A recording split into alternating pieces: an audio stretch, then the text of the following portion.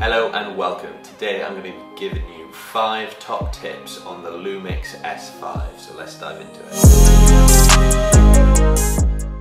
Number 1 is creating your own picture profile. Now, you know that the Lumix has Vlog, which is great, but sometimes you don't want to use it all the time because it takes up a lot of memory, a lot of information. So sometimes you want to shoot on a nice flat profile still, but still it not be a massive file. So what you do is you go into the menu and you create your own custom profile. And what I've done is I've made a flat profile and then turned the contrast down twice, because I found that even though the flat profile was good, it was still a little bit sharp. So I just turned it down a little bit and it creates this nice picture profile you can use for projects, and they're not going to take up as much memory as Vlog files. Create your S&Q mode for slow motion or time lapses.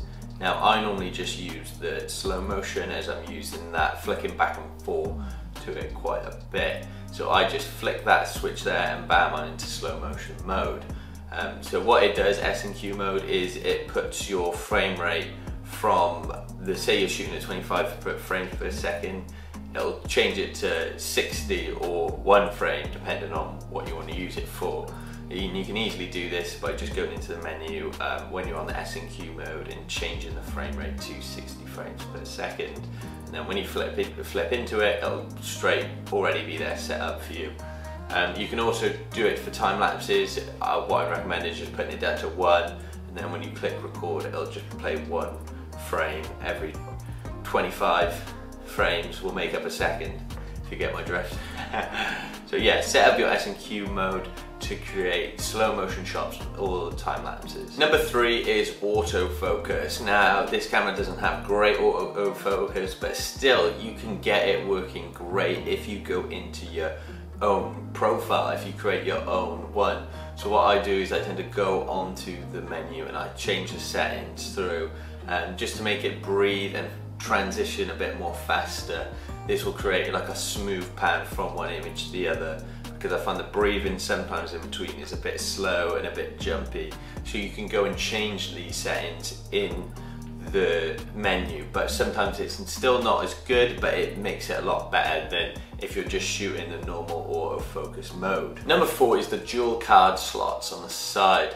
Now if you go into the menus, you can set them up however you like. You can use them as backups, or what I tend to do is I use one for photos and one for videos. Because I'm switching a lot between the two, it's handy to have a separate workflow for each of them. So you can go through into the menu and select, you know, one for photos, one for video, and then when it comes to the workflow and post-production after, you know, bam, this one is going to have the videos on, this one's going to have the photos on, and then you can do that later on and you can edit them whenever you like, you know, in your own time, and you know exactly where it all is then.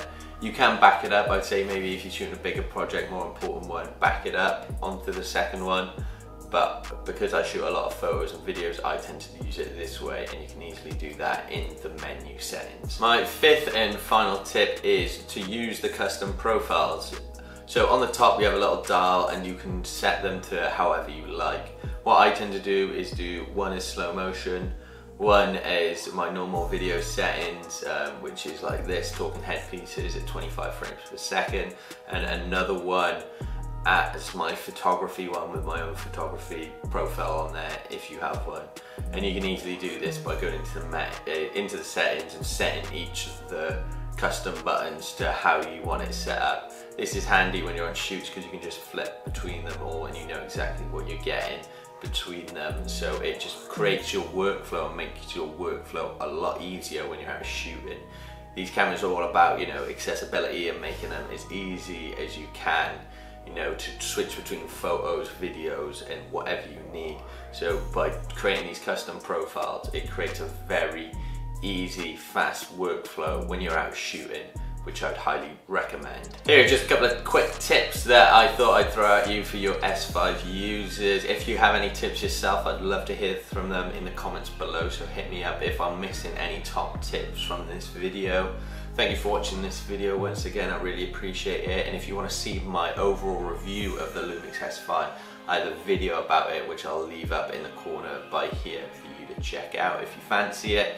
But once again, thank you for watching. Don't forget to like and subscribe, and I'll see you on the next video.